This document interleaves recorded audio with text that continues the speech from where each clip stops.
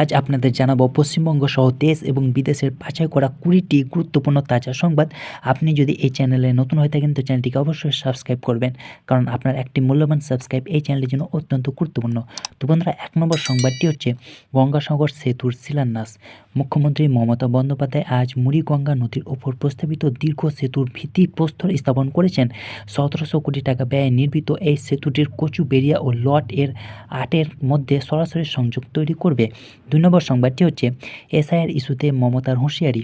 Voter তালিকার বিশেষ সংশোধনী প্রক্রিয়ার বিরুদ্ধে আগামীকাল আদালতে যাওয়ার ঘোষণা দিয়েছেন মুখ্যমন্ত্রী। তিনি অভিযোগ করেছেন যে এই প্রক্রিয়ার মাধ্যমে সাধারণ মানুষকে হয়রান করা হচ্ছে এবং প্রয়োজনে তিনি সুপ্রিম কোর্টে যাবেন। 3 নম্বর সংবাদটি হচ্ছে শুভেন্দুর পাল্টা চিঠি। মুখ্যমন্ত্রীর অভিযোগের প্রেক্ষিতে নির্বাচন কমিশনকে চিঠি দিয়েছেন বিরোধী দল নেতা শুভেন্দু অধিকারী। তিনি এসআইআর প্রক্রিয়াকে সম্পূর্ণ সমর্থন জানিয়ে দাবি করেছেন তৃণমূল ভুয়ো ভোটারদের রক্ষা করতে এই বিরোধিতা করেছে। 4 নম্বর সংবাদটি হচ্ছে সিও মনোজ আগরওয়ালকে তলব। রাজ্যের মুখ্য নির্বাচনী আধিকারিক আজ দিল্লিতে জাতীয় নির্বাচন কমিশনকে তলব করেছে। আসন্ন নির্বাচনের আগে রাজ্যে কেন্দ্রীয় বাহিনী মোতায়েন ও নিরাপত্তা নিয়ে সেখানে গুরুত্বপূর্ণ বৈঠক হওয়ার কথা। 5 নম্বর সংবাদটি হচ্ছে অভিষেকের উত্তরবঙ্গ সফর। মকর সংক্রান্তির পরে উত্তরবঙ্গ সফরে যাচ্ছেন তৃণমূলের সর্বভারতীয় সাধারণ সম্পাদক অভিষেক বন্দ্যোপাধ্যায়। শিলিগুড়িতে মহাকাল মন্দিরের শিলান্যাস সহ একাধিক দলীয় কর্মসূচিতে তার অংশ নেওয়ার কথা রয়েছে। 6 নম্বর সংবাদটি হচ্ছে তৃণমূলের মঞ্চে শুভেন্দুর জয়ধ্বনি।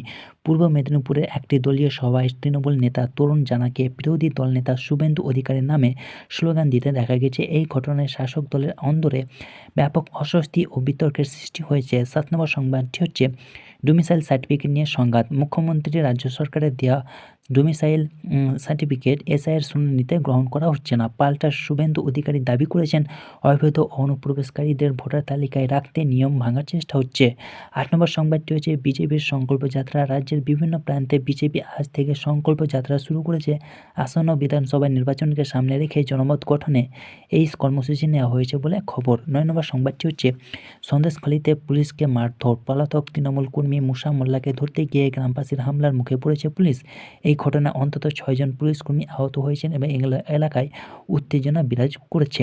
10 নম্বর সংবাদটি হচ্ছে ব্যবসায়ীদের উপর সিন্ডিকেট জুলুম। কলকাতার বড়বাজারের ট্রাক চালকদের উপর সিন্ডিকেট রাজ ও তোলাবাজির অভিযোগ তুলেছেন স্থানীয় ব্যবসায়ীরা। পুলিশ এই ঘটনায় কয়েকজনকে আটক করে জিজ্ঞাসাবাদ শুরু করেছে।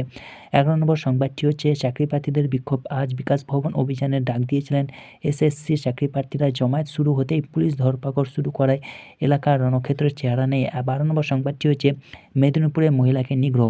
স্বসহায়ক গোষ্ঠীর টাকা আত্মসাতের অভিযোগে এক মহিলাকে খুলিতে বেঁধে মারধরের ভিডিও ভাইরাল হয়েছে। পুলিশ এই অমানবিক ঘটনায় জড়িতদের চিহ্নিত করে আইনি ব্যবস্থা নিচ্ছে। 13 নম্বর সংবাদটি হচ্ছে পশ্চিমবঙ্গে জাতীয় শীত।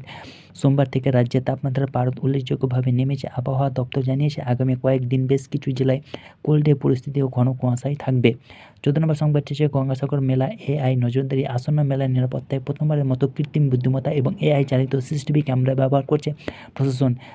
ভিড় নিয়ন্ত্রণ ও হারানো ব্যক্তিদের খুঁজে পেতে এই প্রযুক্তি সাহায্য করবে। 15 নম্বর সংবাদটি হচ্ছে ইস্টবেঙ্গল ও হামিদ আহাদাদ। পারিবারিক কারণ দেখিয়ে ইস্টবেঙ্গল ক্লাবের সাথে চুক্তি ছিন্ন করেছেন বিদেশি ফুটবলার হামিদ আহাদ। মাত্র 6 মাসে তার লাল হলুদ অধ্যায় শেষ হওয়ায় নতুন বিদেশি খুঁজছে ক্লাব কর্তৃপক্ষ।